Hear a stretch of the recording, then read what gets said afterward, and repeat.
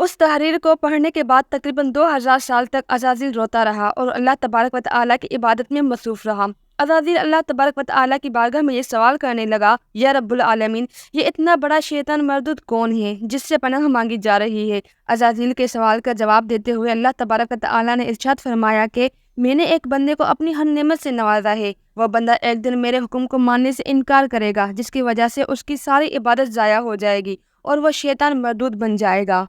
اللہ تبارک و تعالیٰ کا یہ فرمان سننے کے بعد عزازیل ہر وقت یہ سوچتا رہتا کہ وہ شیطان مردود کون ہوگا۔ چنانچہ عزازیل نے اللہ تبارک و تعالیٰ سے کہا کہ یا رب العالمین، میں اس شیطان مردود سے ملنا چاہتا ہوں۔ تو اس وقت اللہ تبارک و تعالیٰ نے عزازیل کو فرمایا کہ تو جلد ہی اس بندے کو دیکھ لے گا۔ پھر اس کے بعد اللہ تبارک و تعالیٰ نے فرشتوں میں یہ اعلان کیا کہ میں زمین پر اپنا خلیفہ مقرر کرنے والا ہوں۔ عزازیل کو جب اس بات کا علم ہوا کہ اللہ تبارک و تعالیٰ ایک ایسے انسان کو پیدا کرنے جا رہا ہے جس کے پتلے کو بنانے کے لیے آسمانوں اور زمینوں سے مٹی کو اکٹھا کیا جا رہا ہے،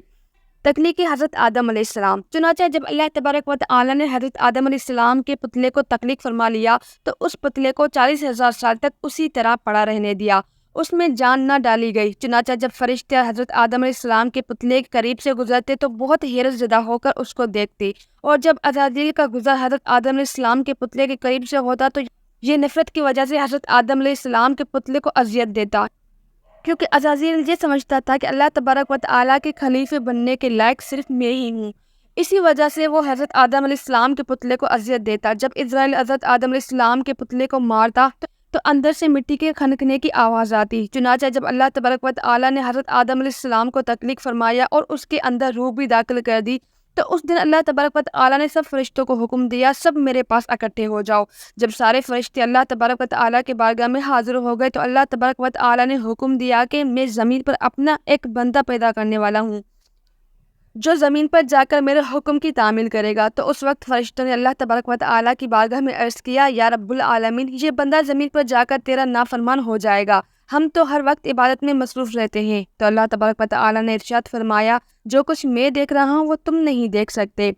شیطان کی بغاوت۔ اس وقت سب فرشتوں کو حکم دیا گیا کہ حضرت آدم علیہ السلام کو سجدہ کرو، تو تمام فرشتے اللہ تبارک و تعالیٰ کے حکم کے مطابق حضرت آدم علیہ السلام کو سجدے کرنے کے لیے جھک گئے، لیکن عزازیل نے حضرت آدم علیہ السلام کو بغض اور تکبر کی وجہ سے سجدہ نہ کیا۔ اس وقت اللہ تبارک و تعالیٰ نے عزازیل سے پوچھا کہ تم نے سجدہ کیوں نہیں کیا؟ اس وقت عزازیل تکبر اور غرور میں آ کر بولنے لگا، اے رب العالمین، تو نے مجھے آگ سے پیدا کیا اور اس پتلے کو مٹی سے پیدا کیا، میں اس مٹی کے پتلے سے کئی درجہ بہتر ہوں۔ عزازیل کی یہ بات سن کر اللہ تبارک و تعالیٰ نے عزازیل کو وہاں سے نکل جانے کا حکم دیا اور فرمایا، تو شیطان مردود ہو چکا ہے، تم پر قیامت تک میری لعنت ہوتی رہے گی۔ اس وقت عزازیل کو اس بات کا علم ہوا کہ لوح محفوظ پر جس شیطان کا ذکر تھا وہ در حقیقت میں ہی ہوں۔ اس طرح جب عزازیل اللہ تبارک و تعالیٰ کی نافرمانی کی وجہ سے شیطان مردود بن گیا تو اللہ تبارک و تعالیٰ سے کہنے لگا، اے رب العالمین، میں چاہتا ہوں کہ مجھے قیامت کے دن تک زندہ رہنے کی مہلت دی جائے۔ تو اللہ تبارک و تعالیٰ نے شیطان مردود کی بات مان لی اور اس کو قیامت تک کی مہلت دے دی گئی۔ اس وقت شیطان مردود اللہ تبارک و تعالیٰ کی بارگاہ میں عرض کرنے لگا، میں تیرے بندوں کو راہ سے بھٹکاؤں گا اور ہر طرح سے تیرے بندوں کو تیرے حکم کا نافرمان بناؤں گا، اور بہت سارے تیرے بندے میرے شکنجے میں آ کر تیری نافرمانی کریں گے اور گناہوں کے اندر مبتلا ہو جائیں گے۔ اس وقت شیطان مردود کو اللہ تبارک و تعالیٰ نے ارشاد فرمایا کہ تو میرے بندوں کو میری راہ سے بھٹکائے گا اور میری نافرمانی کے اندر مبتلا کرے گا، میری رحمت بہت بڑی ہے، میں اپنی کرم و فضل سے اپنے بندوں کو معاف کرتا جاؤں گا۔ اس طرح غرور اور تکبر کی وجہ سے عزازیل شیطان مردود بن گیا اور اللہ تبارک و تعالیٰ نے لعنت کا توق اس کے گلے میں ڈال کر اس کو آسمان سے نیچے پھینک دیا، اور اس طرح شیطان مردود ہمیشہ ہمیشہ کے لیے اللہ تبارک و تعالیٰ کی رحمت سے دور ہو گیا۔ روایت میں آتا ہے کہ جب قرب قیامت دوسرا سور پھونکا جائے گا تو اس وقت اللہ تبارک و تعالیٰ شیطان کو دردناک موت عطا فرمائے گا اور اس کے بعد شیطان مردود کو ہمیشہ ہمیشہ کے لیے جہنم میں داخل کر دیا جائے گا۔ اللہ تبارک و تعالیٰ سے دعا ہے کہ اللہ تبارک و تعالیٰ ہمیشہ اپنی فرما برداری میں زندگی گزارنے کی توفیق عطا فرمائے اور شیطان مردود کی شر سے ہمیں، ہمارے اہل و عیال اور تمام امت مسلمہ کو محفوظ رکھے،